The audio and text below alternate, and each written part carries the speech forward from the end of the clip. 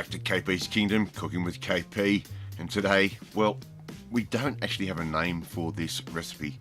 This is more of a story than a tutorial, so come along for the ride and enjoy it. First of all, I was given this whole smoked pork belly, so all I'm going to do is simply trim the end off.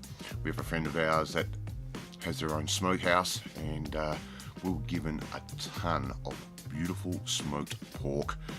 So I'm going to cut one end of this bacon off, a nice big slab, about 1.5 inches wide, just like that.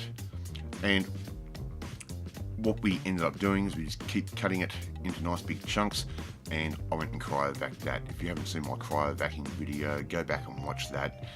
It's a good way to save some money on buying meat and saving.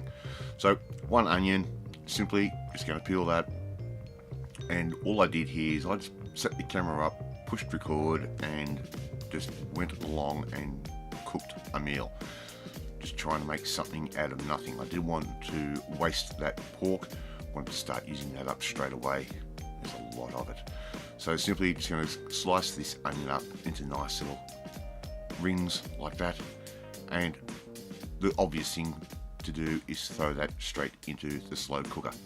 Now we've got our pork. Just going to simply remove the skin nice and carefully. Be careful of your hands. If you've seen my cauliflower soup, you'll understand what I'm talking about, and yes, that is healing up quite nicely. So we've got that skin. I'm going to cut that in half like that,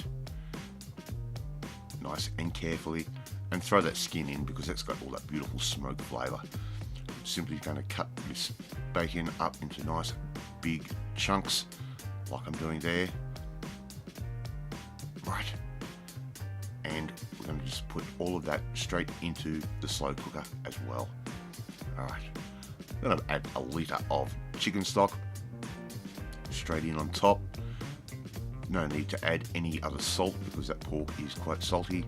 So I'll put the lid on, turn it on, and walk away for about an hour while I think of what I'm going to do next. Alright, I've got 4 small carrots that I've sliced up nice and fine and peeled, of course. So I'm going to add those straight in. They'll add a nice little bit of sweetness and it's a little bit of a vegetable factor. Alright, the next thing we're going to do is add in around about 1/4 of a cabbage. That's around about 2 cups worth, just chopped roughly. Add that straight in. Now I've got 500 grams of turkey mince. You could use beef, pork, lamb, I'll leave that up to you. I'm also going to add a couple of teaspoons of beef stock powder straight in on top. A nice amount of onion powder straight in. Good squeeze of garlic, around about 1 clove, or the equivalent to 1 clove. 2 tablespoons of tomato paste, that's going straight in. And a little bit of black pepper, that goes in. And 1 egg straight in on top like that. Now all we need to do is mix all of those ingredients together, and I freaked out when I finished cooking this. The taste of what we're creating right now is absolutely amazing. Absolutely amazing.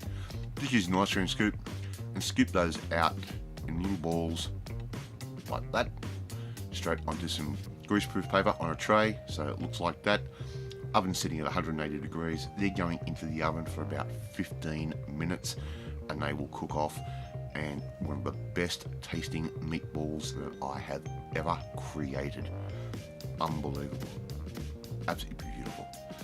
So here I'm adding in about 1.5 cups of some macaroni straight in on top.